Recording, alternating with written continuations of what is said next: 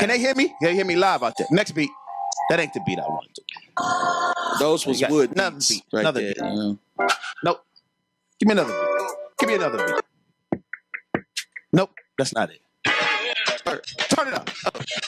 Turn it up. I gotta hear it a little louder. Can you make it louder than my headphones? Turn me up in my headphones. I'm still stuck in the 80s/90s. Lottos, kangaroo boots, nanny ghosts, feelers, jumpsuits and troops, Junos, co-editors vibe with the rhinestone ring on it, with the rhinestone ring on it. Next day, and then looking up the next day. Nobody get shot, working the hustling to get it. Get got. We had love for the streets. I respect our foes, our friends. Respect for the elderly. Pager/payphone, sneaking into Adams Theater, watching Crush grooving tougher than leather. Hopping gates out the college park to bank out, cause you don't wanna get caught at mom's crib or at Vaughn's crib. Eating funny dinner with the fam. Church every Sunday, 8 o'clock a.m. And even if I fell asleep in the back row or played sick, no matter what, man, I still had to go. 80s, baby. He's a DJ, I'm the rapper. He's a DJ, I'm the rapper. 80s, baby. Hey, everybody. Sorry about the delay on tonight's entrance, but you are listening to the X-Cast, episode number 56 of the X-Cast, to be exact, here on theempiremedia.com. It's day 4840 in the search for Tim Chevelday. I'm your host, Josh Houslander. With me, as always, the backbone. I usually say the heart and soul. The backbone of the Empire Media, Mr. Adam Hernandez. How you doing, Adam? Doing pretty good. How are you doing tonight, man? I'm awesome, dude. I'm awesome. We'll jump right into it. We are getting a little bit of a late start tonight. Oh, yeah, I was going to say we have a lot to cover, but truthfully, by most show standards, maybe we don't even have that much to cover, which is a good thing for once, that we don't have the show jam-packed full of stuff. We can actually maybe take some time and talk about this stuff and go off on some tangents if we want. But one thing I do want to get to before we break into anything else, I just want to talk about something that we don't talk about a whole lot here on this show. But I talked about it in my other two shows already. Talked about it live on Friday night's episode of Settle It on the Screen Live. And I talked about it on the Houslander Freddy Hour. That one hasn't been available for download yet, but it is recorded and it's on there, and we talk about it a lot. And we're not going to talk about it a ton tonight, because I did talk about it a lot on the Houslander Freddy Hour, and if you want to know more or go more in depth, please tune into the next episode of that. But one thing I want to talk about is I want to send my condolences to the family of Pete Bouvier. You guys may not know who that is, but if you know, with me doing this podcasting and doing everything else, I got my start, before I was doing this show, I got my start in the competitive video gaming world. And Twin Galaxies is the company that tracks world records. That's what Settled on the Screen Live is all about. And if you listen to this show, you've probably heard us talk about that from time to time, because Adam, you and I have had some guests on from the competitive gaming world, but I realize that's not something everybody follows. But Pete Bouvier was a good man, and he was once the owner of Twin Galaxies when it was during the TGI years, and that's when I started with them, was under him. He was my boss there, and he will be very much missed. Walter Day is kind of known as the godfather of competitive gaming, if you will, and Pete Bouvier was the guy that Walter handpicked, basically, to take over the company when he needed, quite frankly, and I think this is how Walter would put it, when he needed a businessman to run it. Sure. And Pete Bouvier was that guy, and I'm really gonna miss him. He was a good guy. He had been sick for a while, and I just want to send my my condolences to Nancy Bouvier and the rest of the Bouvier family. He was a good dude, and unfortunately, the real unfortunate thing is him passing. But unfortunately, there's a few people out there, not that many, but a few people out there who have really tried to run his name through the mud, and who, have said, untrue and nasty things about him just because they didn't become big stars or something, in the video game world, or they didn't become the next Kevin Costner from, playing video games or watching other people play video games. And really, I've said this on all the other shows so far, but for those people who did that, shame on you, because he was a really good man, a really good guy, and he did a lot of cool stuff. And he wasn't a video game player. That's that's how I knew him, was from the competitive gaming world. But successful businessman, family man, pilot. A very cool dude. And my deepest condolences go out to Pete Bouvier and his family. And I'm guessing Rudy wasn't the biggest fan of him. Rudy actually was. Oh, really? Was he? Yeah, no. Wow. And we talk about that a lot on the show. Rudy and him had their issues. Uh-huh. They actually had a lot of issues, but I really want to say this too, as a credit to both Rudy and Mr. Bouvier, they really worked those out. Unlike the way some people can work out issues now. Before I knew Rudy, my co-host on the Houslander and Friday Hour, before I knew him, I remember, vividly, like it was, it seems like it was a month ago. And, saying, in his thick, New England accent, he was always kind of saying, like, I'm going to bring Rudy back. I'm gonna call Ferretti right now. I'm going to call him, and I'm going to call Ferretti. I think he's paid his dues. I think we're cool, man. Like, your call. He was running it by me. I was just one of his goons, Yeah. at the time, especially. But no, they had made it up actually, and ended up having a pretty good relationship. That's good. I mean, I like I said, I've never.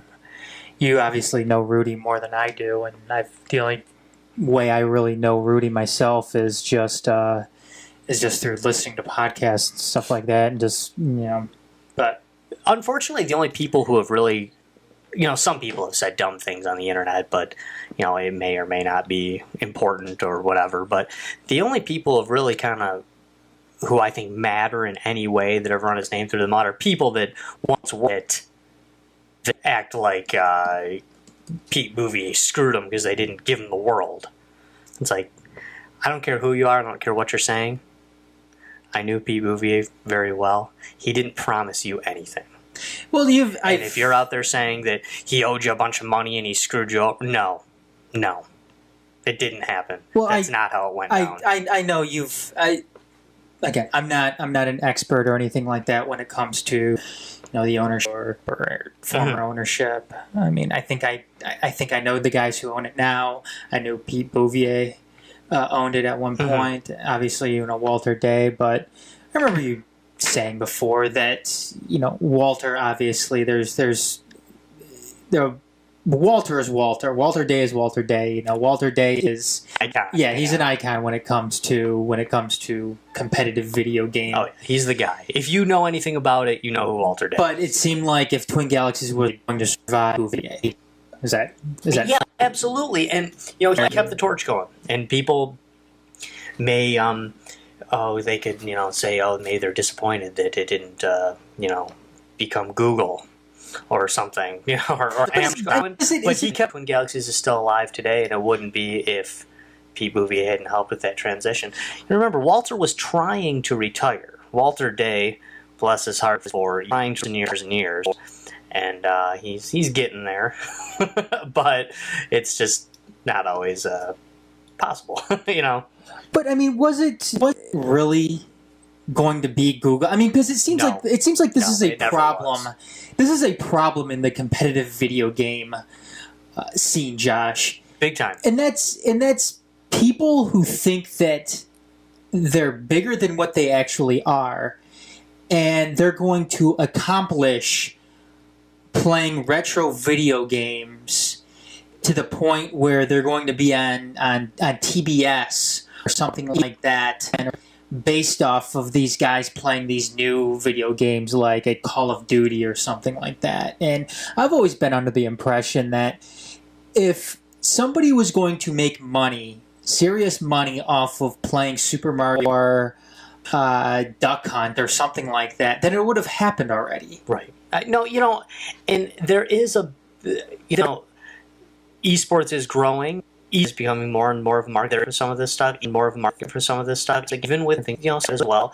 But we are talking about a niche market in a subculture. Yeah, and I mean, not even just a niche market within a subculture. So it's small, but hey, people love it. There's nothing wrong with that. It's great. I want being.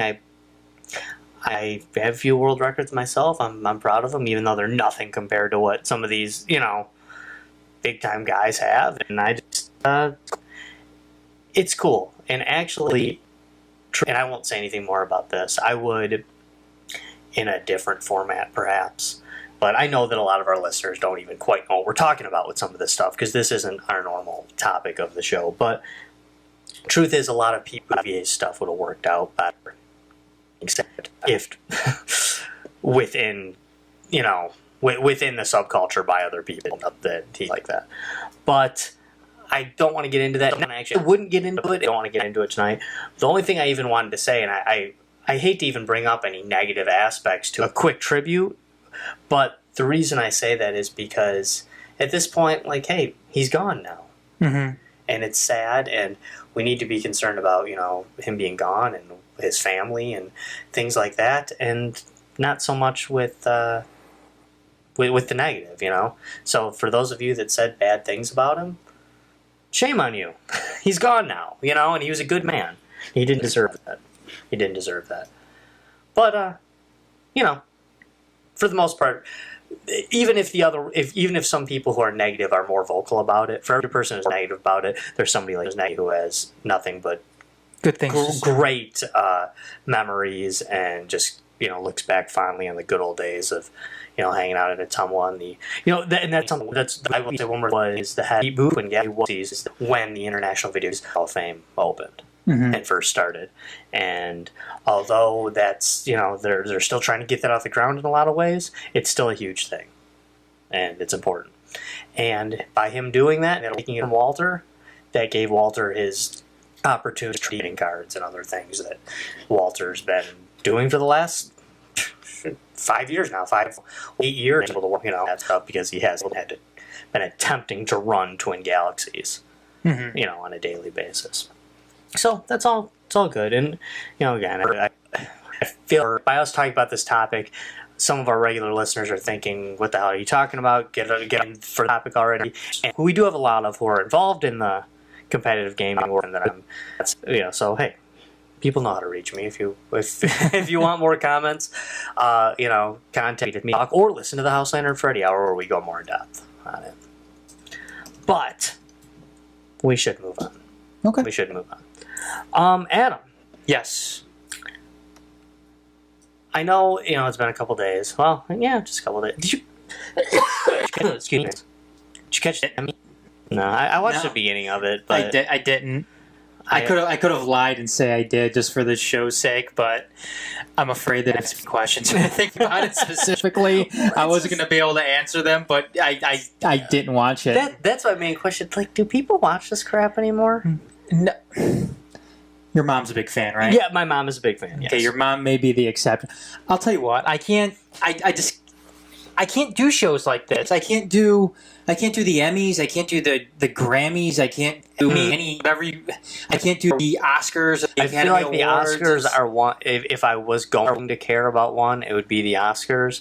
But I still don't care about that one either. No, look. I don't need a show. Oh, it seems like that's what it is with people, is they need a show or something to reaffirm what they like on TV or in music or in the movies. It really matter. I mean, doesn't really shows win these awards, or what movies win these awards, or what music wins these awards. I mean, the music that I like, they're not going to get a Grammy ever. No, I mean, and I like I said, I couldn't care less about that. I couldn't care less about the MTV Movie Awards or the MTV Music political. And by the way, when I say political, I don't mean Republican, Democrat political. Like political in the world of politics. It's their own.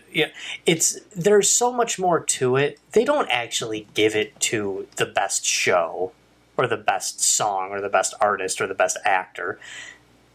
It's not even really about that. There's always something else to some reason why they had to vote for this particular show, because it's I don't know, tragic political reason, some tragic reason, some reason in essence why they feel that they need to give it to this, or this guy was on a show for so many years, give him an Emmy, so now he did this made-for-TV movie that was not that great and nobody, but we owe him an Emmy. You know, there's so much of that goes on. So, you know, it's so silly to me. And, okay, Stephen Colbert was the host. I know a lot of people are going to disagree with me on this, but is Stephen Colbert just like the least funny person on the planet?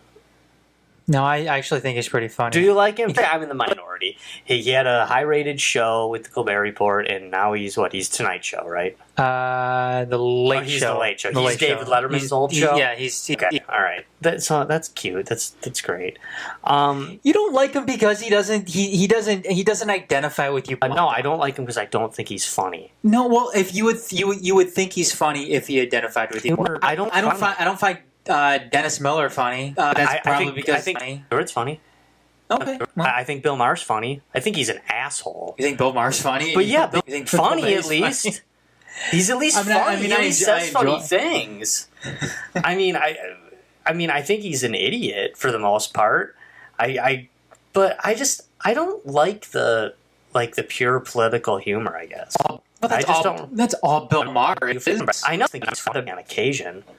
Like Stephen Colbert, I think he's annoying. I don't think he's funny. That's all Jon Stewart is. Jon Stewart. Yeah, I know, and I totally acknowledge that he's funny. If I watch his show, I'll end up chuckling at some point. I mean, I've heard him say things. I think he's clever. I think he's funny. But Stephen Colbert, I just don't get it. And I don't like the. Oh shit! See, I'm trying to find a way to say this without saying fake news. Enough that has this connotation. You know, but that. You know what I'm saying? Well, like the Colbert Report and Daily Show. Yeah, it was. I mean, I've never been. It was satire. I mean, I've never been a huge fan of that. Where, okay, I guess I just don't like the idea that you say all these things that are wrong or not quite true, and then you know you use your political force, pure as your political force, and then when confronted because you said something that wasn't true or was over the top or crossed the line, then you can say, well, the show's a comedy show. And that's kind of what I don't like. Well, I mean, it is. This is a comedy show. I know, but they take themselves and say that and then hide behind it's a comedy show. I guess I'm having trouble seeing where you're going with it. I wasn't actually trying to go anywhere. I was just saying that I don't care for him. I don't think he's funny. I've never been a fan. I just thought it was a weird choice because the Colbert Report I thought was mildly entertaining, but then when they actually gave him like his own show, it's like, is he just going to be that character still? Like play that shtick? Because I just don't see it. I don't know. I'm just not that into it, I guess. And I'm just not that into him. Hey, listen, another guy that maybe I'm just crazy, another guy that I admit I never thought was funny, he just doesn't do it for me, is Conan O'Brien. And everybody loves Conan O'Brien. Everybody thinks I'm crazy for saying that. So there are some people you just don't like, and Stephen Colbert's that guy for me. I just like him. Did you like Jay Leno? I did. I liked Leno and Letterman. Did you? I never stay up that late. So I never really watched them that much. I don't watch. I don't watch Leno and Letterman. I mean, I love Johnny Carson.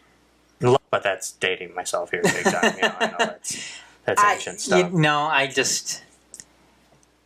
I'm not a big late night person myself as far as the shows go. I have been getting into the Daily Show a little bit more, but like I said, I like Colbert. I think he's funny. I think that I like the shtick that he had there, and I don't know. That's me. I mean, I can understand people not liking him. Even if that's not you, I think people don't like him more so because of his political leanings. Well, I mean, and I would imagine that's definitely true because he wears it on his sleeve so much, and so do so many of these actors. I mean, really, like these actors, the way they were acting at the Emmys, dude, you would have thought that the state of the country was like the day after Independence Day. the movie, like the aliens and just blew up like 40% of the country, and like their city might be next. And like that's the way they were acting, and it's just like are these Hollywood types, are these actors and actresses, are they going to survive the next 3.5 years? I mean, they're like Like these poor people. Like I don't get it. Like, dude, I wouldn't vote for him again, but like they act like it's just so bad. Like what's happened that's so bad? These people are still millionaires. There's like their life hasn't even changed. Their life hasn't even changed. Life has really changed. I just don't see what's so bad.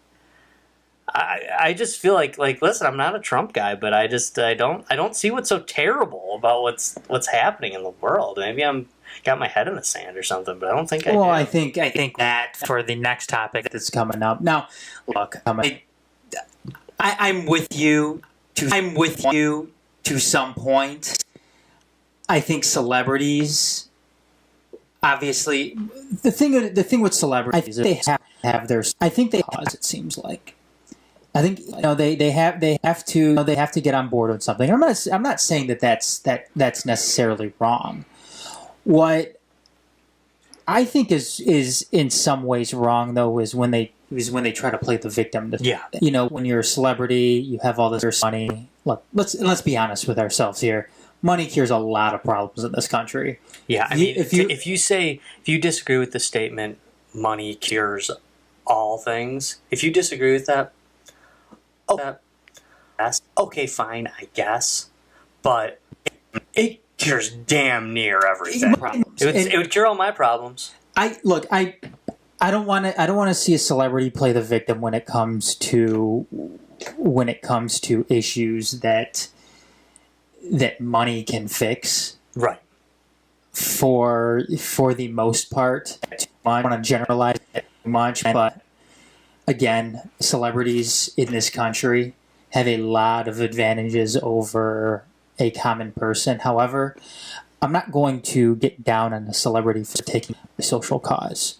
In fact, I think that I don't know that that's a celebrity's duty, but I can certainly respect somebody who is a celebrity taking up something like that. I can respect them if they actually do something about it or sure. try to do something about it. If they show up to a protest, if they stand in front of a room of like-minded individuals and make a snide comment, you're right. That's nothing. Take for instance Kim Kardashian, who all of a sudden trying to take up a feminist cause. It's like bullshit. You're not a feminist. You're not a feminist. Somebody who gets in front of a mirror and takes selfies of their bare ass all day is not a feminist. No. I'm sorry. You're not a feminist for trying to do something. And I don't care how Kim Kardashian makes her money. I don't understand why she's famous or why people pay attention to her. Neither do I. I've never understood it. But the thing is that people do, so she is a celebrity, and that's fine. It's fine. Every time someone mentions Kim Kardashian, I just instantly want to say, why do we care? Why do we care? Like, oh my God, I can't believe she has so many followers on Twitter. I'm not kidding. I've had this conversation times. Yeah. I can't believe she has this many followers on Twitter. Are you one of them? Yes. Why? Why? You think it's dumb that Kim Kardashian has so many followers on Twitter, but you're one of them. I'm proud to say I don't follow Kim Kardashian on Twitter. I don't follow her. I don't follow her Facebook pages. No, I don't care. I don't even think she's that hot. No, I'm not into. I just don't understand it. It makes no sense to me, and I think she's a dope. I think her entire family is stupid. I just don't care. And this isn't me talking about them politically. I'm not making a statement about transgender people. Her stepdad is supposedly a chick now. I don't care. I really don't care. I don't admit. I don't even know enough about them to have a worthwhile opinion because I go out of my way to ignore everything they do. But, and we digress a little bit, and we kind of digress. I just understand. I don't know. I don't get the celebrity thing or why people care. It's like or why people care or why. But I don't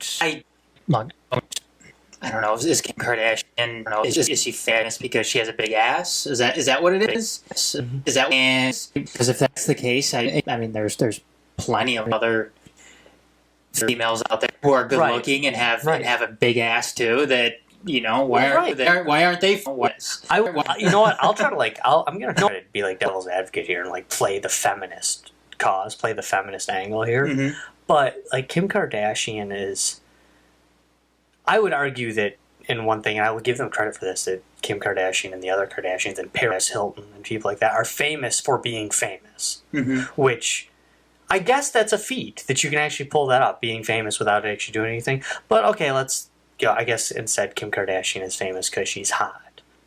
She's got a good ass, or she's good ass, or she's hot. But the thing is, and I feel like this is like the feminist angle here. Go to the mall.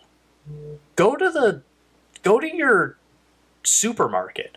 Walk the streets. Go anywhere. There's beautiful women everywhere you go. I mean, as a straight guy, I mean, yeah, there's hot chicks everywhere, man. Look around. I'm a big fan of Howard Stern. Mm-hmm. You know this. Everybody, anybody that's listened to past your shows, radio idol. Sure, your radio. Listen to past shows or anybody's ages or past shows. I'm a big Howard Stern fan. But Howard Stern was he was always before he was friendly, and I guess you could say he was friends at one point with Donald Trump. Mm-hmm. This has nothing to do. I'm not going a political route when I'm mentioning Donald Trump in this instance right now, but he was talking to Donald Trump one day, and this was before Donald Trump entered into politics, seriously, and this is before he became president, obviously. But he was talking about, they were sitting there talking about, women and and what they look like, and Donald Trump said, there's waitresses in this city right now, in this restaurant. They were mentioning a particular restaurant. He said that there's waitresses there that are much better looking than if the actresses in Hollywood, like take for instance Angelina Jolie.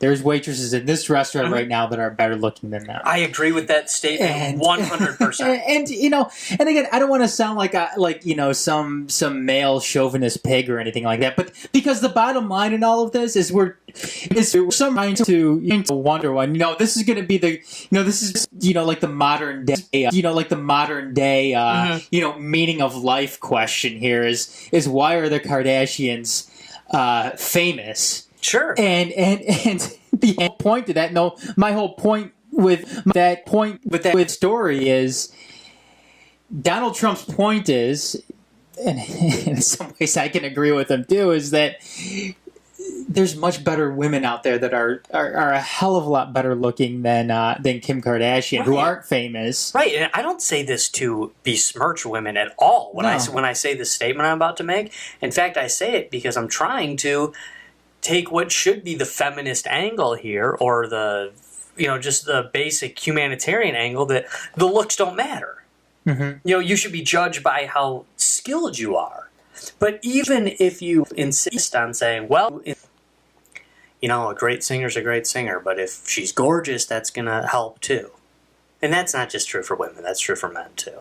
When you're a good singer, a good actor or something. But if you're just hot, nothing else, you're just hot, you're not talented in music, you're not talented in acting, you're not talented in anything else, then why are you famous? Just in this case, yeah, I agree with Trump and Howard Stern.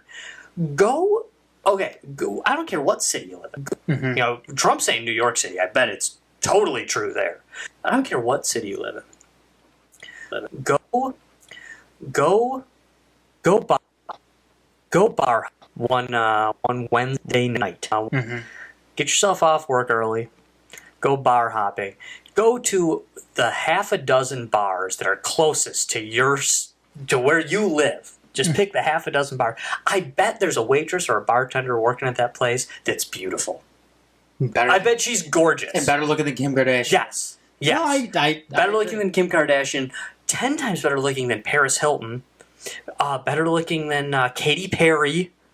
Yeah, really, these people are just like they're famous because they're hot. I know Katy Perry was a singer, but supposedly. But she's famous because she's hot, and she is. I think she's pretty hot. Katy Perry, yeah, Katy Perry, yeah, she's very attractive, but quite frankly, she's not a good singer. No, She's terrible. She's a terrible singer. No, she's no talent. I know Paris Hilton has tried to be a singer. God. She's tried to be a DJ before. And talentless hack. Just no talent. The Kardashians. I don't think they've ever attempted anything like that. Maybe that was smart on their part. Mm-hmm. Maybe that was smart on their part for not trying to do something like that. Right. But it's funny because my wife and I were kind of talking about this not too long ago, and it's something you could appreciate more, like back in like the 80s and maybe like the early 90s. But take for instance, the band Genesis. Mm-hmm. I mean, who's the lead singer of Genesis again? Why? Originally Peter Gabriel, but then Phil Collins. Yeah, Phil Collins. Yes, Phil Collins. For some reason, it was escaping me. Phil Collins wasn't a good-looking guy. No, he couldn't be famous now. Ever. No, yeah, Genesis wouldn't be famous now. But Phil Collins, got ass everywhere he went. Oh, hell yeah. Everywhere he went. No such thing as an ugly rich man. No, is Phil Collins talented? Yeah, he's talented. He was in an awesome band during the 80s. Mm-hmm. I mean, but Then went solo and killed it there. Killed it there. But nowadays, if a guy like Phil Collins was going and making music, they wouldn't give him the time of day. They wouldn't. You're absolutely right. Unless you're kind of grandfathered into it, because nowadays, okay, Dave Grohl might not be the best. I mean, Dave Grohl isn't ugly by any means, but it's not like he's a model or anything like that. No, he made his way up through being in other bands. Yeah, he made his way up through being in Nirvana, and then starting the Foo Fighters early on during the during the early to mid '90s. I mean, that's how Dave Grohl became famous. Well, and Adam, you and I are we this is something we big time agree on in music. We are both of the opinion that the Foo Fighters are better than Nirvana. Yes. And that Dave Grohl is the most talented member of Nirvana. By far. Then went on to start on Fighters, and since then, I like Nirvana. I think you like Nirvana too. I do like Nirvana. But Foo Fighters is just an awesome band. Awesome band. But let's be honest. They took what Nirvana was and made it better. He couldn't have become famous if he just did an upstart band and just wrote those exact same songs and said, "Oh, I'm Dave Grohl from the Foo Fighters," and did that. No, he got his chance because the drummer from Nirvana is now going to start a band. That's why he got his chance. Yeah, he'd probably be, who knows, if he wouldn't have got that chance to play with Nirvana as their drummer back then, he might be just the lead singer of the most kick-ass cover band in Seattle right now. I mean, really, he might just be killing it in the bar cult scene in Seattle right now. Like, man, this guy's good. How come he never made it? I mean, really, that's what he would be. I mean, and there's guys like I've been following the Detroit love it scene for years. I love it. I love it. There's guys that you just see play. Downtown Detroit on a weekday night. Go down there tonight. You see this guy just tearing it up, and you're like, wow. You're like, how come this? Because he's 45 years old. Like it's not like he's some kid. It's like, how come this guy never made it? It just shows. But there's a ton of talented people out there. There is so many talented people out there. There's great actors who never make it. There's great musicians that never make it, and also there's hot people all over the place too. Absolutely. There are gorgeous people everywhere you go. There's just, this world is ugly with 22-year-old dudes with, six-pack abs at this point. They're everywhere. And this world is just ugly with gorgeous women. And hey, that's a good thing. That's great. But is that really, like, what's so great about Kim Kardashian? What's so great about Katy Perry, Paris Hilton? Any of these people, like, oh, they're hot. People like, oh, they're hot. She's hot. It's like, really? Go to the six bars that are closest to your house, and I promise you, you're gonna find some woman that you're just, she's beautiful. They're everywhere. Nothing strange about hot people. people, nothing new. So I don't know, stars, actors, they don't do anything for me. I don't care. They're stupid. I don't want to be preached to, whether I agree with them or disagree with them. I don't want to be preached to by people that don't even live in our world. Mm-hmm. You know, they just don't. They're not even here. They live in a different plane of existence. I don't know, Adam. You want to break into? I don't know. You want to break into a little bit like with your buddy Donald Trump, or Sure. you know, he gave his speech. That it seems like, you know, I listen to a little bit. I try to get some little different aspects. I listen to a little liberal media and I listen to a little conservative media, and it's funny to me just the different reaction from a speech that to me just wasn't even that profound. I actually thought it was a good speech. I'll admit, I thought it was a fine speech, but. I know it pissed a lot of people off too, though, right? Something like it pissed off too, though, right? Yeah, that's for certain. Can you imagine having to Trump's babysitter? Yeah, exactly. That's what John Kelly is. Yeah, John Kelly or Sean Spicer or one of these guys that just has to constantly. Sean Spicer isn't there anymore. Well, right, but okay, yeah. But you know, just one of these guys that just like you're constantly just covering for Trump. Because even if you like Trump, even if you're a Trump fan, even if you agree with him, I mean, you got to acknowledge that he's just such a loose cannon. You know, he's always just saying something off the wall. I always said it, you know, in some sense, I kind of, you know, always felt sorry in some ways for the Trump pundits, you know, the Trump talking heads that they get out there, because I'm assuming, you know, a lot of these people are, in some ways, smart people. Sure. But no, he's a political consultant's nightmare. Yes, and that's the thing is, you know, these people are consistently trying to come up with ways to spin it, you know, to positive tone, whether having someone by the pussy or making did you hear comments about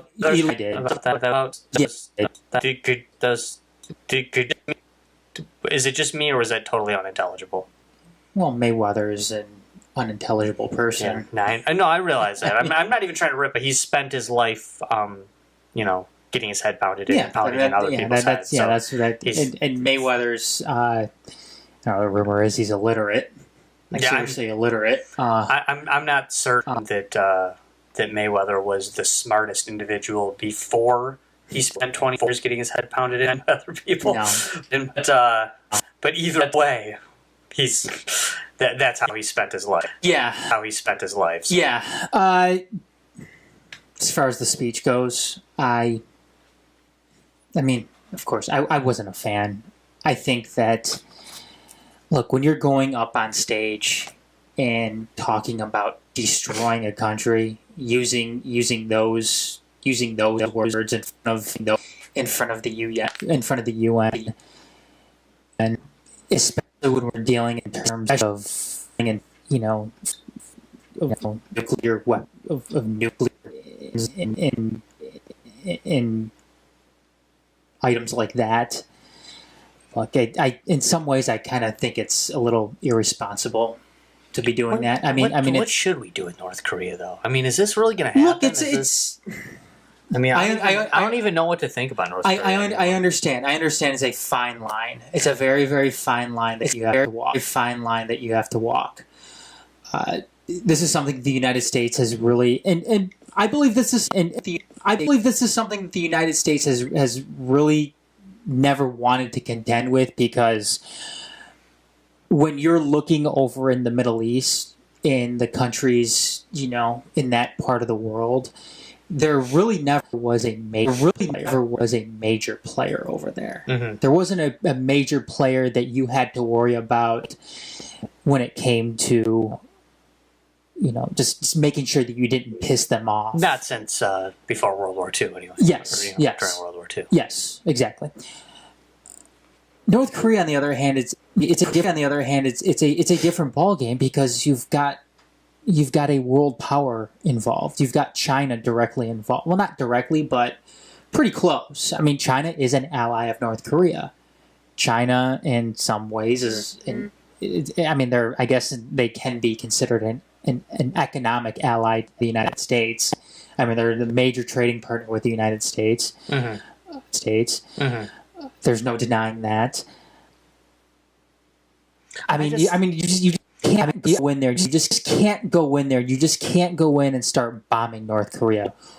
Also, because one of your allies to the south in South Korea, I mean, if you bomb North Korea, Seoul is gone. Seoul's probably gone. Seoul's probably wiped off the face of the earth. Who knows what's going to happen to Japan as well? Guam. Who knows what's going to happen to Guam?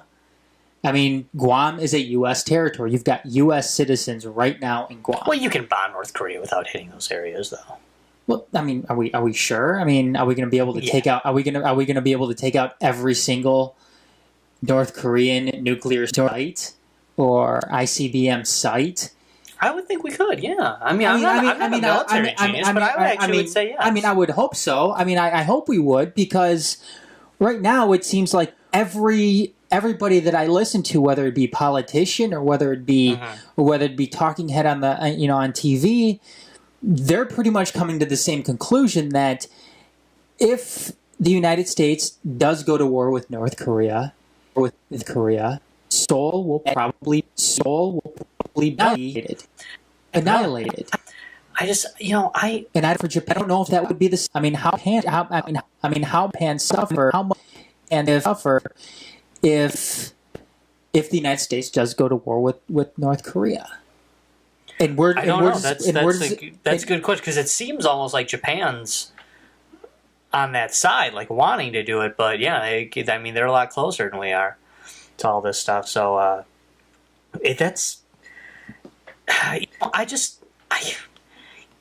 realize that sometimes. I realize I just kind of like all or nothing kind of with like that. I do realize you have to be pragmatic to some degree, although I just really don't care for pragmatism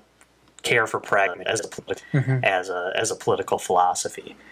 And I guess I just kind of feel like either, and I actually don't care either way. Either we're the world power here in the U.S., we're the world power, and if we're the world power, then okay, I guess we got to deal with this.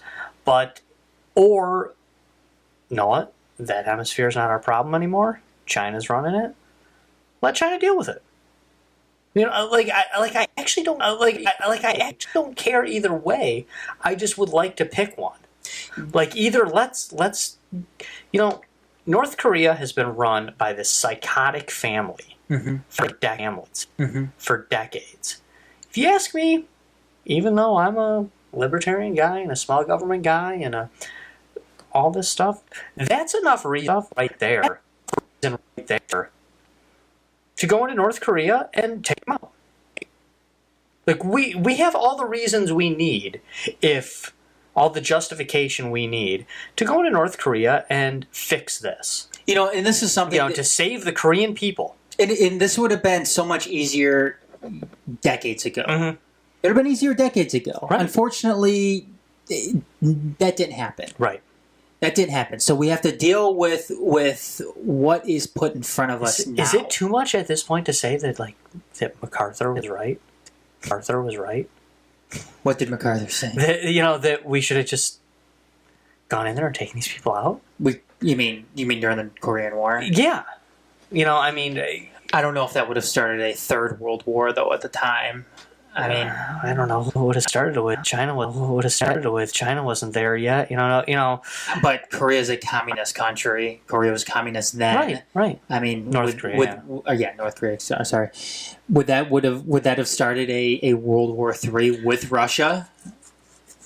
And where would it be? That could be. That's why Truman put in his policy of containment, and we rolled with it. And I'm not saying that I would have been against it then, or that I'm even against it now. Look, but I just don't quite Do you kind of follow what I'm saying? Like, I'm not trying to be a war hawk, and I'm also not trying to back up. Just like let's pick one. I see what you're saying, but I don't think. And my problem today is, look, Donald Trump. You don't go up on that stage and start using those words of when you're talking about total destroy. Mm-hmm. Just don't do that. You don't go up there. You don't start talking about eliminating the Iran nuclear deal as well. Just because you don't like that they're not holding up to the spirit of it. I mean, what does that even mean? They're not holding up to the spirit of the deal. I mean, right. They either are or they're not. Right. Now, as far as I remember, I mean, the Trump administration has already renewed the Iran nuclear deal since he's been in office. Now he's already talking about eliminating it or modifying it next month. But again, go up there and talk about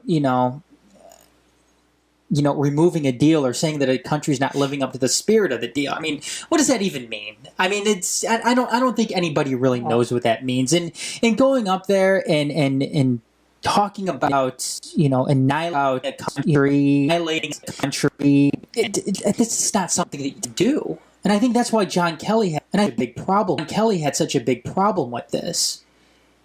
Probably. Yeah, I know. It is. It's tough. I've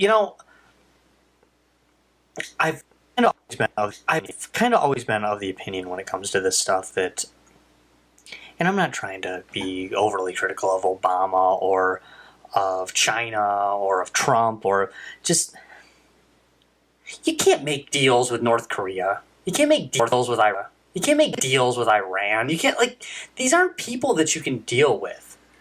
They don't think the same way you do. Well, they're not logical. So okay, well, I don't understand why you even. I mean, to me, it's like I feel like the only threat to make to North Korea is. I mean, I just like I said, I guess I'm an all or nothing kind of guy, but I'm like, listen. You attack us, we're gonna mess you up. Well, the thing is, if you do something to us, we're gonna wreck you, and I don't care what China says. Well, no, I mean, listen. But you're talking about them actually doing it, right? And them actually talking about it, right? Because if they were to go and attack Japan or South Korea or launch something at Guam or send a missile to LA or something like that, of course the United States is going to respond, and I would expect the United States to respond, and I would expect, based off of the agreements with NATO, that you would have Great Britain, you'd have France, you'd have Germany, you'd have you'd have Spain, you'd have Spain, you'd have all these countries NATO that are involved with NATO also coming down on North Korea. But when it comes to like somebody like Iran, though, look, Iran isn't. Yes, there are problems with Iran. There are definite problems with Iran. I have a problem with a country too that bases their entire, well-being or social structure or based on a religion. I'm not. That's not something that I can get on board with. Yeah. But the thing with Iran, though, is they're not a recluse to the extent that North Korea is, and because they're not quite the recluse that North Korea is, and I'm going to go ahead and say they're not even close to the recluse North Korea is. There are other countries that want to do business with Iran. Mm-hmm. And because of that, because the United States' hands were tied in that sense, they had to go out and they had to come to some sort of an agreement with Iran.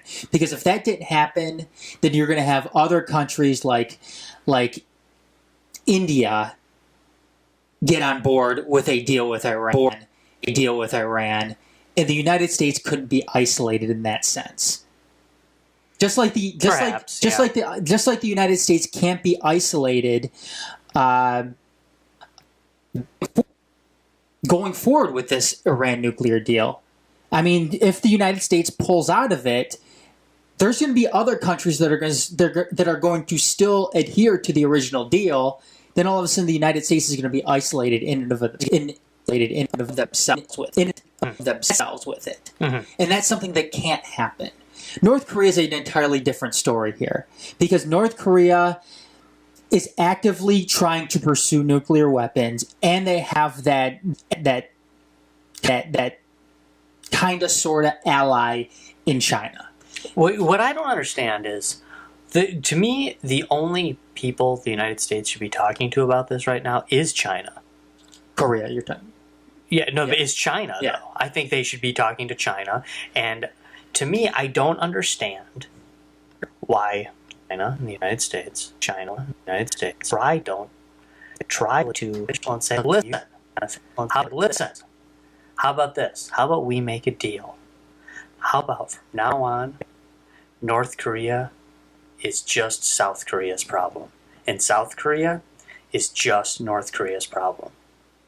And if those two want to sit on the wall and stare at each other for another 75 years, cool. Or if those two want to finally finish this fight, cool. Cool.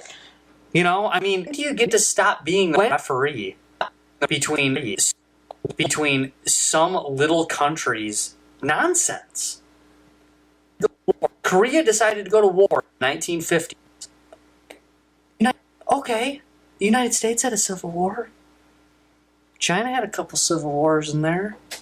Or England's had their own battles amongst what is now the United Kingdom. They were, not typically referred to as civil wars, but civil wars, technically, within the United Kingdom. They're still, still technically going through one right now with Northern Ireland and Ireland. It's not everybody else's problem. I mean, haven't we learned from Vietnam and all these other different areas where we get involved in this civil war? You know what? Korea's got a problem with each other. Why don't we let Korea fix it? And regardless from that, if somebody attacks the United States, I would expect the United States to face it. Let's face it, they're the big dog. If somebody attacks the United States, I would expect the United States to destroy them. Oh, sure. And if somebody attacks China, I would expect China to destroy them. I'll say the same for there's practically a dozen countries you could say that about. Russia, England,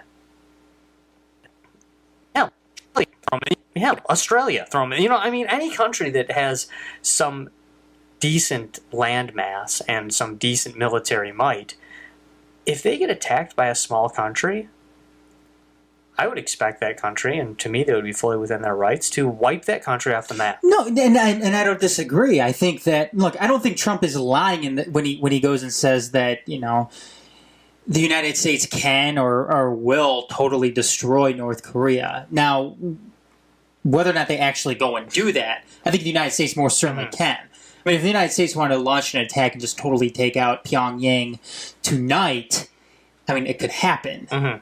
I mean, the United States has the capability of doing that, but at what cost is that going to, what's going to happen after that? What's going to be the cost of doing something like that? If North Korea launches an attack against the United States, again, all bets are off.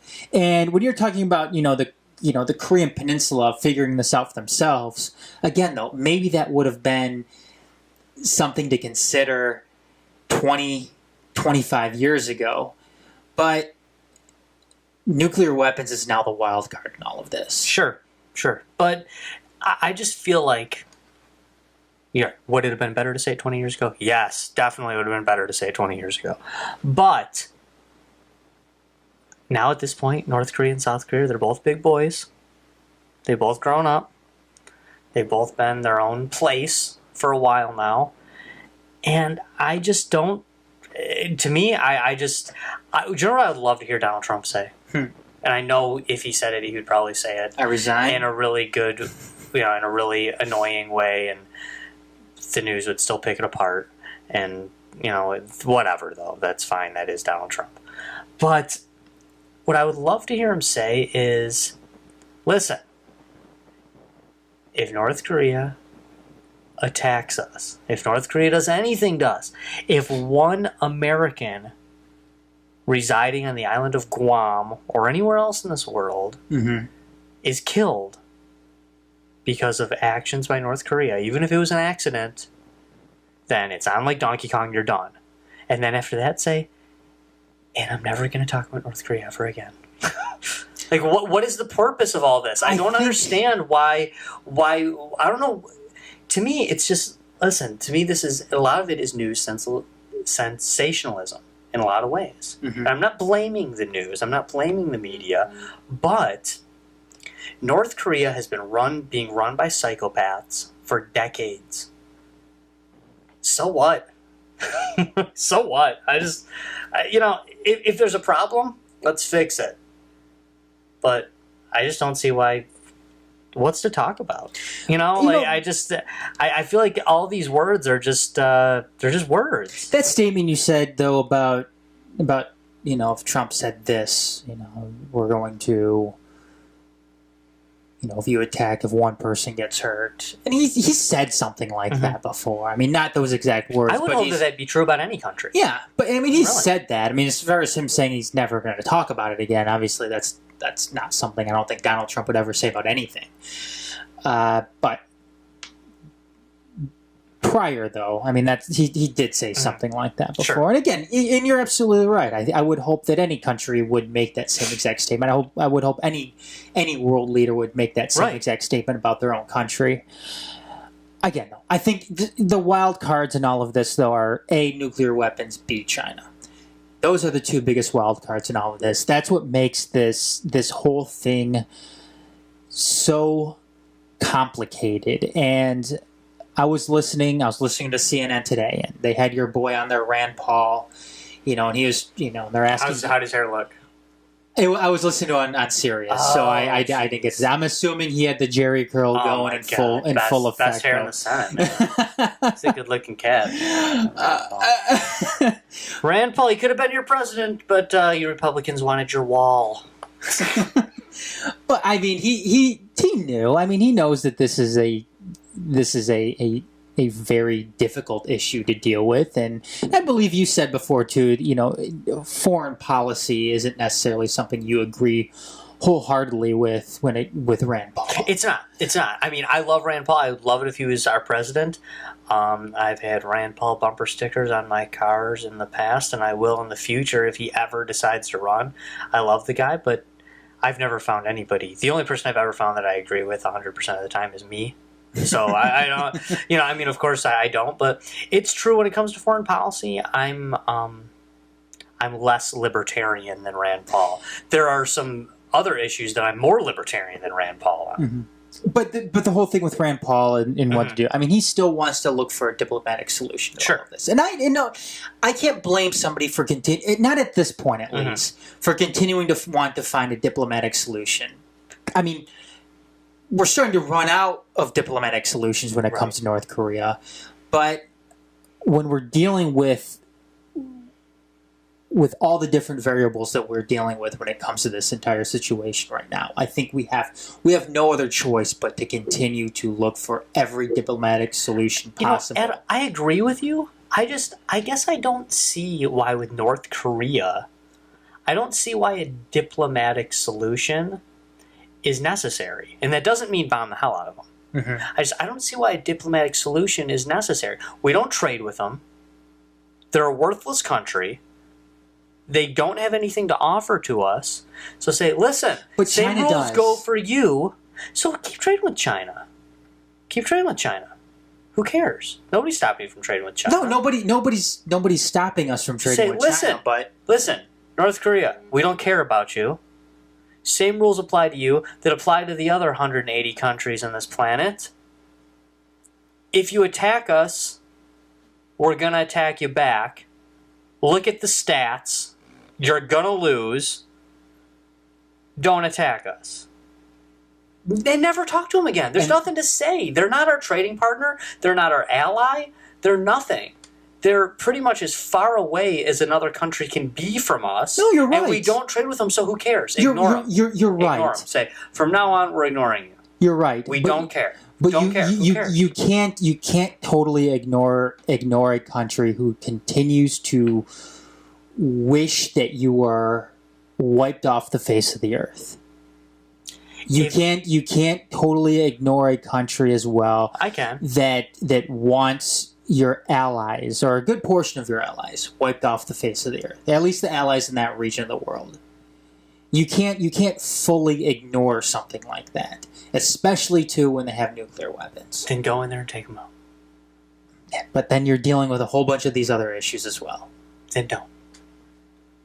This is what I'm saying. I know I'm oversimplifying it. I know, but this is exactly the problem that everybody, every politician, every world leader is running into right now. No, this is exactly the problem is that they refuse to not take one side or the other.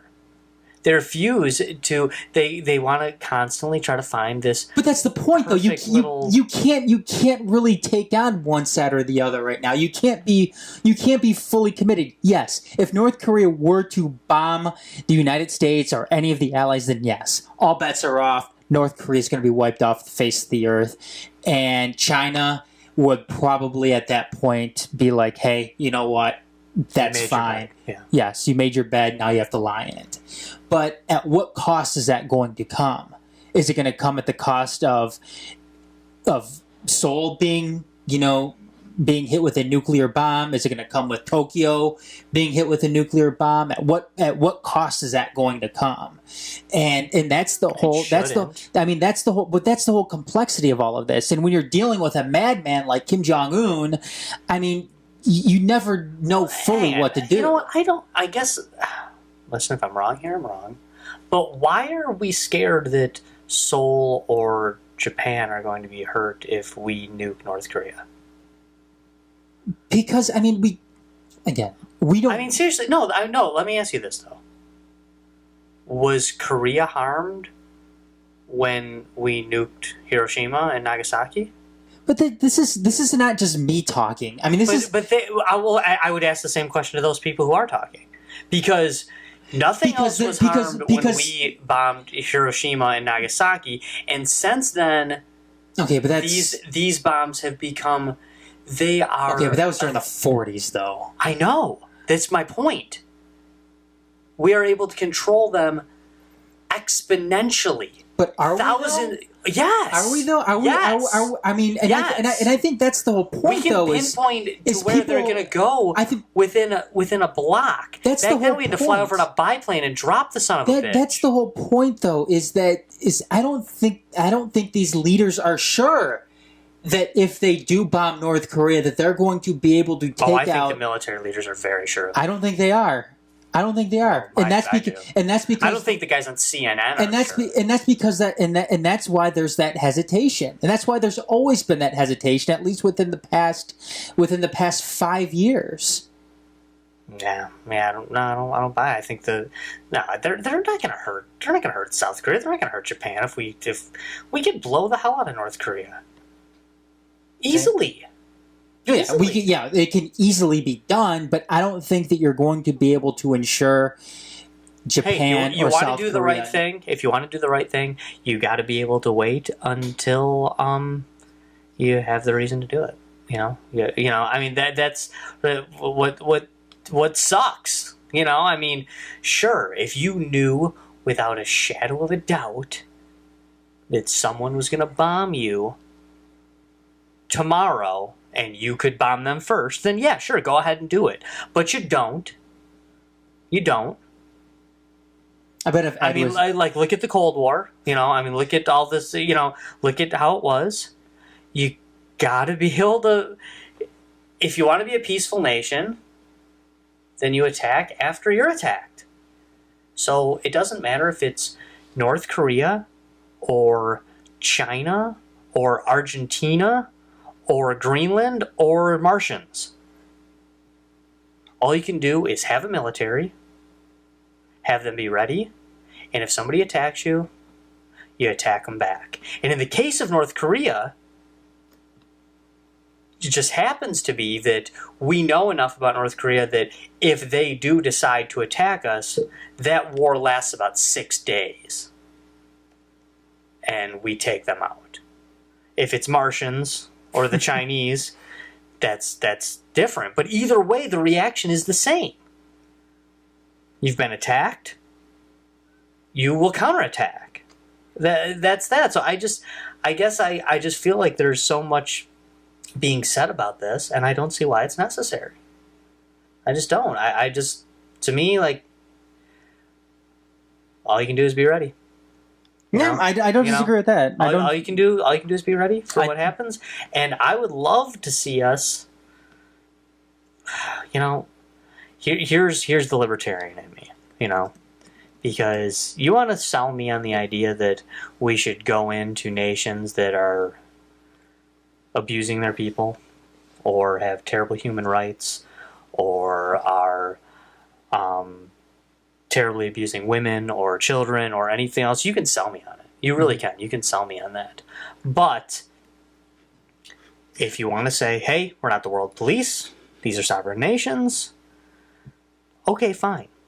But to me, I would love to see us pull out of there and say, listen, North Korea, South Korea, you're big boys, this is your problem. Middle East, listen, Israel, the Islamic nations, it's your problem. We don't care. Like, I don't care. I love Israel. I'm a big fan of Israel. I think they're great people and a great nation, and I feel like they've faced a lot of adversity in that area. But they can handle themselves. They can take care of themselves. And personally, I would love to see us like, listen, Israel, the Middle East, that's your problem. Middle East, Israel, they're your problem. North Korea, South Korea, that's your problem, all right? We're the United States. We're going to deal with Canada and Mexico. Oh, that's right. We get along pretty good with them. Why? Because we're smart. And we get along, we do our best to get along with people that are next to us. Say, oh, we're not getting along with Mexico. Actually, we are. And really, I know, Mexico and the United States, sometimes they, have their beefs back and forth. Oh, immigrants, all this stuff. But compared to North Korea and South Korea, the U.S. and Mexico are best buds. Compared to who, you said? North Korea and South Korea. Oh. U.S. and Mexico are best buds. Well, yeah. Compared to Iran and Israel, yeah, best buds. Compared to, well, if you want to go back into history, compared to Germany and Poland, yeah, we're buds, okay? Like, you might have a few issues with your next door neighbor, but it's your problem. At the end of the day, it's your problem. Japan, China, that's whatever. Deal with it. Deal with it. How about we deal with our next door neighbors, you deal with your next door neighbors, and that's that. I don't know. I know I'm oversimplifying it, though. I do. I do know I'm oversimplifying it, but sometimes I just don't get it when it comes to this stuff. But can we talk about something way more serious than all this? Go ahead. Okay, on a much more serious note, because what we were talking about was just the planet. But there's something that involves the entire galaxy. Yeah. And not even just this galaxy, but also a galaxy far, far away. And that is J.J. Abrams has been selected to be the director of Episode 9. If you're a Star Wars nerd, you already know that J.J. Abrams was the director of the dumpster fire that was The Force Awakens. And real Star Wars fans like me have been looking at, oh God, Force Awakens, worst movie ever, pretty much, just destroys everything. But like, okay, hey, JJ's not doing Episode 8, so maybe they'll turn it around, maybe they'll make something out of this trilogy. But as it turns out, it looks like whoever this dumbass who's directing Episode 8 is just going to kind of be like holding the torch so JJ can come back into it and officially ruin the saga in episode 9. So, did you ever even end up seeing episode 7? I've seen enough of it. Enough of it. Yeah, I don't need to see any more of it. Enough of it to know there was a dumpster fire. I mean, I will probably buy it at some point, just just because I have the other trilogies, but I don't need to see. J.J. Abrams basically just he managed to take my entire childhood, scrunch it up into a ball that was the exact size of that hole at the bottom of your toilet, and then took a power dump. You know what I don't understand, Josh, is what's so bad about adhering to the original premises of these stories? I don't know. I never understood that. Yes, you can go ahead and put your own little spin on it, but Snoke was never part of the original line here. It's like he managed to have no original ideas and basically make the movie a complete rip-off and practically a remake of A New Hope. Yeah. But it's like he managed to do something that should be impossible. He ripped off a great movie and still found a way to make it suck. But okay, what are the new bad guys? Is it the New Order? Yeah, the First Order. The First Order. This is the Empire, right? That's all it is. And it's a Death Star, but it's even bigger. And it's just a planet. And I mean, this is like the Hangover movies done all over again. Because Hangover 2 was the same exact thing as Hangover 1. Right. Yeah, it wasn't as funny. Yeah, it just wasn't as good. And I don't understand why they just couldn't use the original storylines that George Lucas came up with. Because, George Lucas, if anybody doesn't realize, I mean, the guy was pretty good at making these Star Wars movies. I mean, and I know there's a lot of prequel haters out there, but look, I have my problems with the prequels as well. But a lot of people do. At least it stood true to the original story in all of this. People are such slappies about seeing it, though, because they're such prequel haters. I don't care who you are. If you tell me that Episode 7, The Force Defecates, or whatever it was called, was a better movie than that first time you saw Qui-Gon and Obi-Wan fight Darth Maul, and you saw those Naboo starfighters, and you saw R2-D2 save the day on that Nubian 327, you're nuts. You're a liar. You're doing one of two things. You're either lying to me or you're lying to yourself. That's it. I think Episode 1 is the worst of the 3 prequels, and it is 1,000 times better than The Force Awakens. I thought one of the biggest tragedies in the Star Wars world, aside from Han Solo dying, was them not signing on Liam Neeson in more films. Yeah, that was great. He's a great character. And that would have been badass. Well, there's one. It's kind of like this thing where everybody loved the character of Jabba the Hutt. Mm-hmm. Everybody loved the character of the Emperor in the original trilogy. And then they like to say that Return of the Jedi sucks and is the worst one. It's like, wait a second. Those 2 characters are only in that movie. You can't pretend to hate that movie and then act like those characters are awesome. And same with Phantom Menace. Everybody loves Qui-Gon and everybody loves Darth Maul. But then they act like that movie sucked. It's like, oh, hang on a second. Those are like 2 of your favorite characters ever. They're only in that movie, so obviously you kind of liked it, didn't you? Like, there was something in there that you liked. Because they were cool-ass characters, man. Super cool. Yeah. But I'm bummed, dude. J.J. Abrams. I don't blame you. He wrecked it. I'll go see him still. I'll check it out. I'm still going to see Episode 8 on opening night. If it sucks, I'll still see Episode 9, but I'm not going to show up there at the midnight show or whatever, opening night, to be there. I just won't do it. Well, I just because I know in some sense what the original storyline was to all of this. Mm-hmm. And it was such a cool storyline. Yeah. And some of the bad guys, some of the newer bad guys that come in are just... Because don't they have like those Predator-looking things too that eventually come in, like those weird, the Yuzan Vong. Yeah, those weird cult-like, aliens that end up, just coming in and just wiping out everything. They have like a force immunity. Yeah, and actually, like in the books, which that's not exactly, the books aren't exactly, Lucas's vision, but the books were pretty damn cool. And and like what you're talking about. And basically what ends up happening is when the Yuzan Vong show up is the remnants of the Empire and the Rebellion, which becomes the Alliance, or, the new Republic, if you will. They actually end up like joining sides pretty much. Mm-hmm.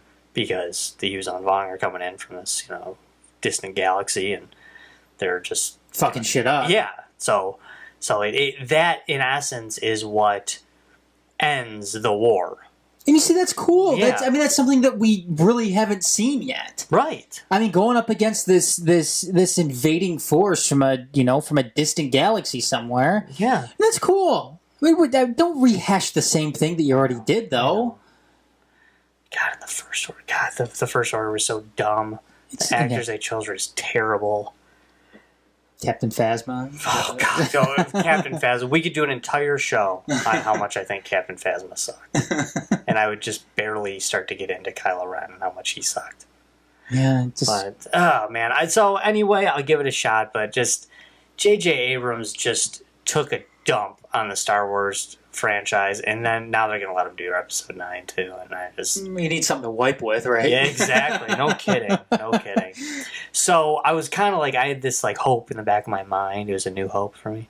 That like whoever was doing Episode 8 was going to kind of like veer from J.J. Abrams' vision, and that then by Episode 9 maybe they'd like salvage a trilogy out of it. But no, it's going to loop right back into J.J. Abrams and his, power dumpster fire.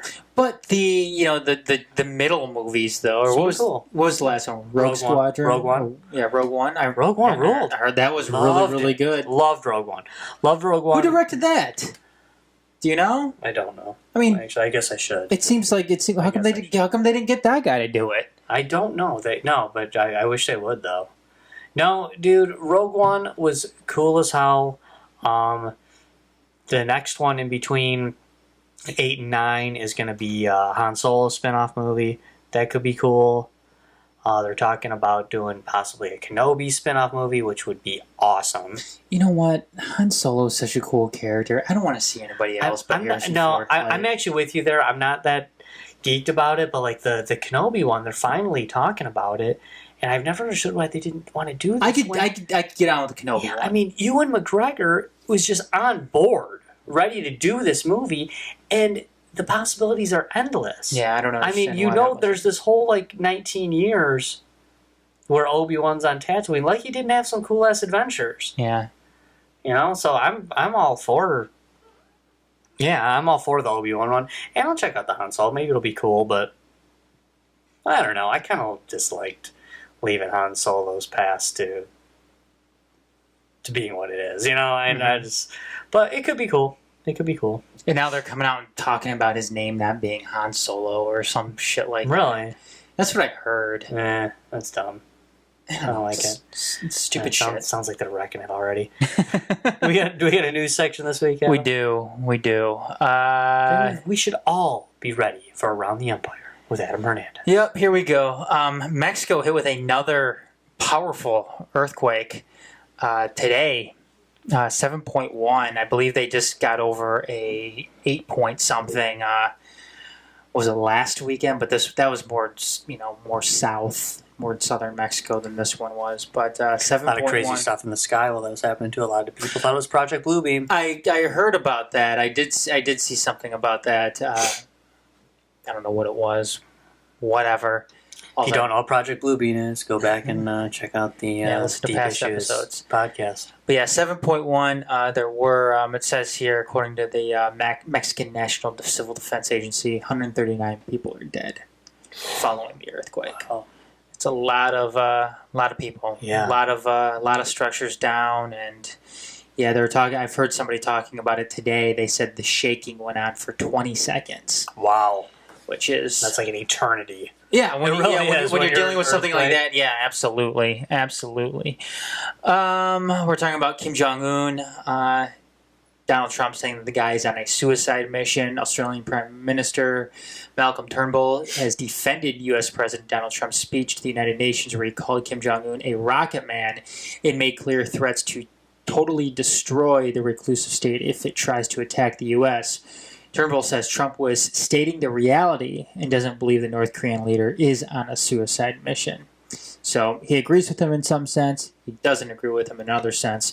But I have heard people in that region, people who, know to some certain degree Kim Jong-un, that he isn't on a suicide mission. The whole purpose of the Kim dynasty here is to maintain power. And how are they going to maintain power if they go and attack the most powerful country in the world? Yeah, there's no throne here. I mean, you want to mess with the United States. The United States will balk for a while, but if you really try to throw it down with the United States and you're North Korea, it's not going to end well. So, I mean, perhaps that's something that U.S. politicians like Donald Trump could maybe have in their back pocket and maybe hope that it doesn't come to war, knowing that, the whole purpose of the Kim dynasty is to maintain power.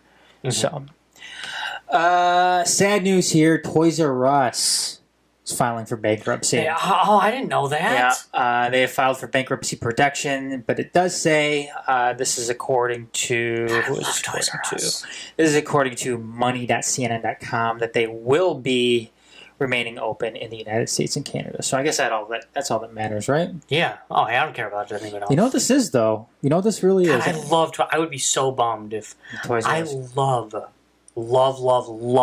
going to Toys R Us during Christmas time. Oh, yeah. I do. I just absolutely love it. I spend a fortune there too. You know what this is, though? God, this is all Amazon. It is. Nobody's going to these stores. Dude, seriously, I get Amazon boxes at my house every single day, just about. When I was married, I did. Yeah, it's every single day. Yeah. And no, I remember saying to my wife when we were together still, just saying like I don't buy this much stuff like all together. Like, I don't know if you're buying stuff not on the internet too. Like, I don't buy this much stuff total. Is that what shows up to this house every single day? But I don't know. Chicks buy more stuff, I guess. What can you say? I guess so. Ex-Bears cornerback Charles Tillman is training to join the FBI, according to the Chicago Tribune.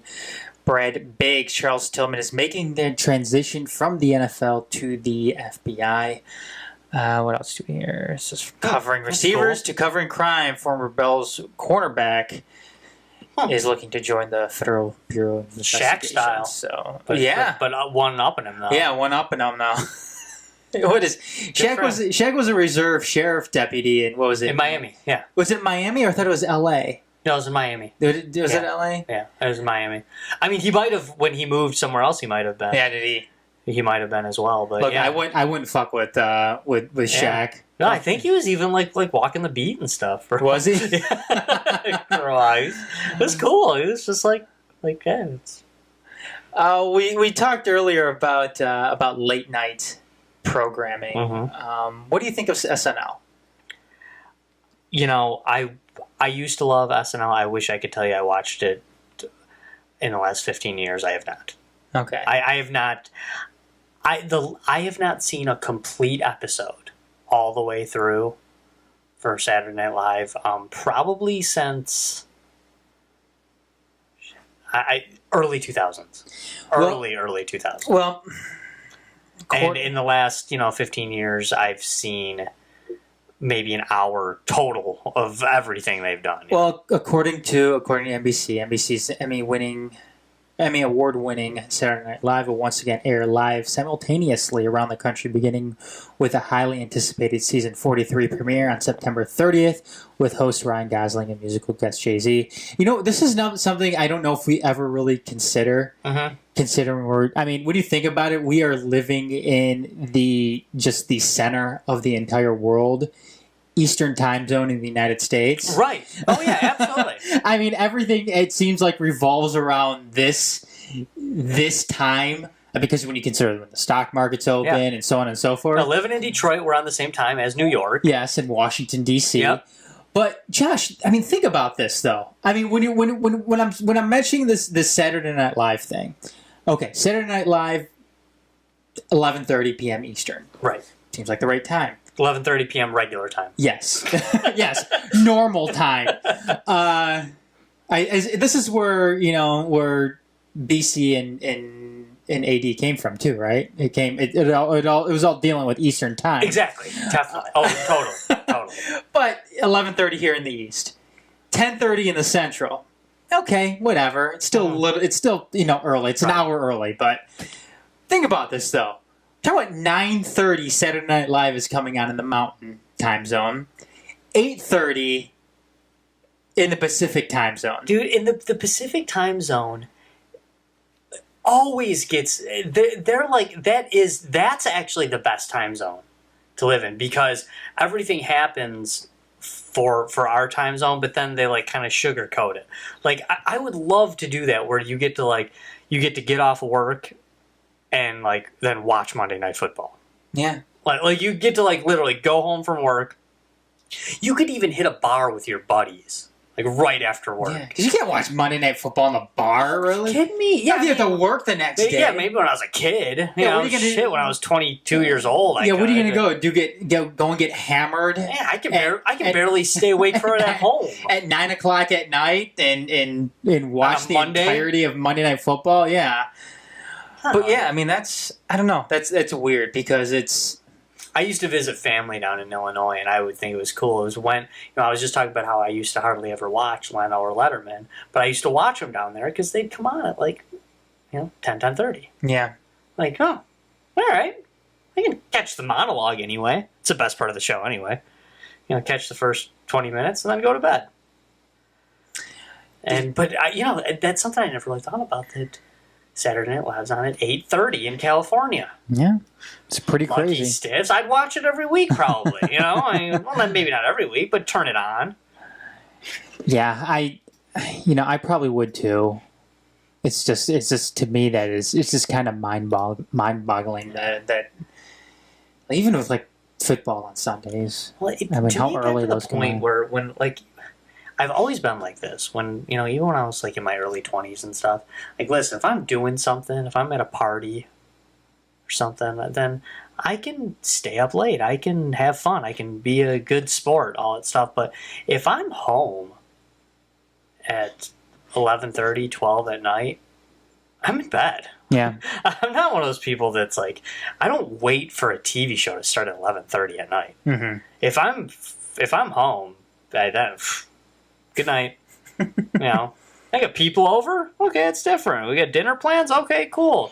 Let's make a long night of it. That's cool. But I don't stay up till all hours of the night to watch TV. Yeah. Screw that. Let's see. Do I have another one here? Looks like the Zimbabwe delegation was falling asleep during the Trump speech, so maybe it didn't catch everybody. So you have John Kelly with his hand over his face, and the Zimbabwe delegation looking like they're falling asleep.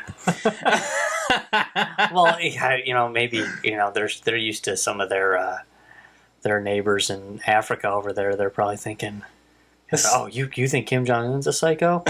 Whatever, I'll show you psychos." We're dealing with 4 or 5 of these guys every single month. Yeah. Let me introduce you to a couple of warlords I know. And then finally here, kind of talking about the whole Star Wars thing. More bad news if you're a Hayden Christensen fan. Him and Rachel Bilson, I think it's Bilson or Bilson, I don't know. Well, they're splitting up. Oh, they are. Yep. Bummer town. Yep. Sorry about that.